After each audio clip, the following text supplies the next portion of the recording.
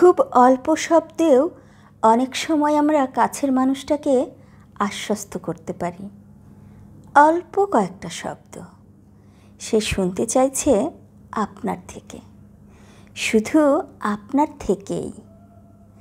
একবার চোখে চোখ রেখে হাত ছুঁয়ে বলুন, আমি আছি তো। ব্যাস, এতটুকুতেই হয়ে গেল। খুব বেশি বুঝিয়ে, খুব বেশি কিছু কিনে দিয়ে তাকে বলার দরকার নেই।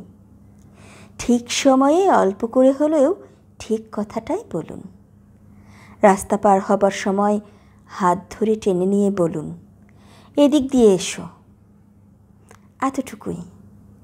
পরীক্ষায় রেজাল্ট খারাপ হয়েছে, বাড়িতে কেউ খুব বকা দিয়েছে, খুব পছন্দের জিনিসটা হারিয়ে গেছে, কাঁধের উপর তার মাথা টেনে নিয়ে বলুন, ভয় নেই, দুঃখ তোমাকে মানায় না। এতটুকুই বলতে হয়। খুব বেশি বুঝতে কেউ চায় না।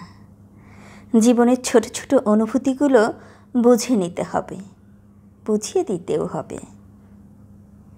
রোদ ঝলমলে দিনে একসাথে দূরের দিকে চেয়ে তারপর আবার চোখে চোখ রাখুন।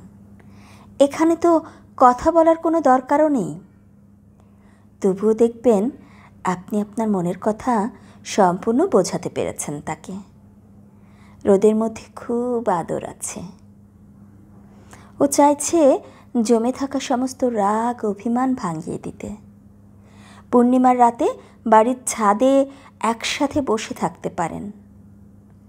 বসন্তের দিনে লাল কাঁকড়া বিছানো পথ দিয়ে হেঁটে যেতে পারেন। এক মুঠো বুনো ফুল তুলে আনতে পারেন। নদীর ঘাটে পা ডুবিয়ে বসেও থাকতে পারেন।